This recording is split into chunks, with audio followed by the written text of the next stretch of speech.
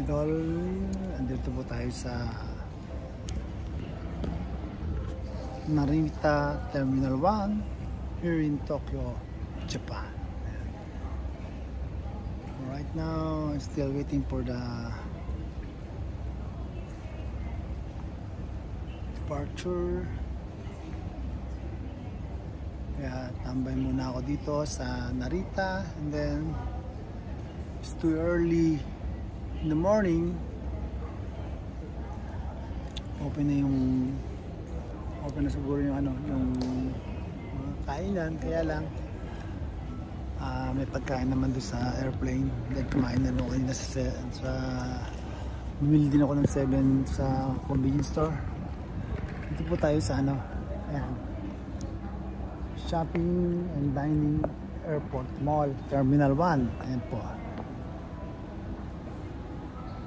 Hindi pa ako nagugutom. Saan naman yung Tokyo? Laki ng TV na to, Yamanashi. Ayan na. Laki, diba? Yamanashi. Laki ng TV niyan, Yamanashi. Pakita ko sa inyo sa labas.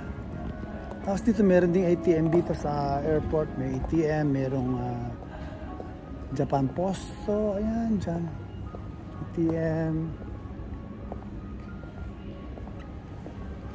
May Chiba Bank, MUFG, UFJ. Yan, tanaw po rito yung mga airplane sasakyan natin. Nandun tayo sa may dulo. Kaya lang ang check-in ko is 8:55 pa.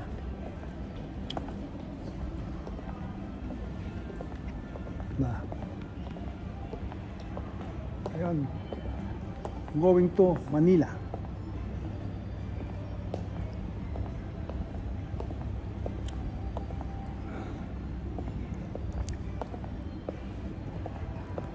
Yan. Wala pang masyadong ngayon. Ito kagandahan dito sa Terminal 1 tsaka flight mo is early in the morning. Hindi siya masyadong crowded.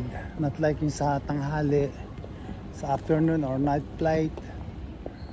Dyan, crowded. Ang daming tao. Daming tao. Ngayon, hintay na lang akong mag-open yung departure gate. So until now hindi pa, baka maya pa. So far sumunod tayo. Ayan, dito po tayo. Departure gate, fast track. Ayan, prior security, import possession. Ayan, dito po tayo. Dito pa ako. Hindi, close pa.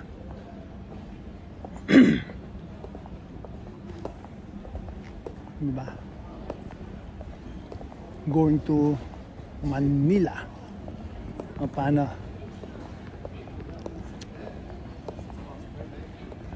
Maloni, laki ng di ba? Manila yun, Sip Air 9SG 95, andyan yan ang sasakyan ko. Going to Manila. Bali 8:55 yung Yung Sip Air pala, meron din silang meron sila sa US, meron sa Vancouver, Canada, ayun worldwide. Pero so far mga nasakyan kong aeroplano, mas nagustuhan ko yung serbisyo ng Sip Air kasi unang-una meron siyang internet, tsaka mabilis yung fast service siya. Tsaka hindi sila masyadong hindi sila masyadong mahigpit sa bagahe. Bakit? Kaya based on my experience kasi dati kasi nung over baggage ako ng 3 kilos pinanala nila ako, pinabayaan lang nila ako. Ngayon this time sinakto ko ng 30 kilos.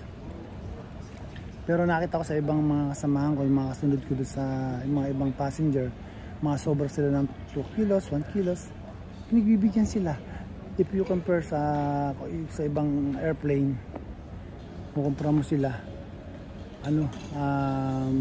nahigpit yung iba, pero ito maluwag. Kahit mga 1 kilos, 2 kilos okay lang sa kanila. O paano? At ako naman ay mag-check, mag-open na po yung departure gate in a few minutes. At ako naman Papaalam na sa inyo. See you again next vlog. Thank you. Dito po yan sa Narita. Ayun. Bye.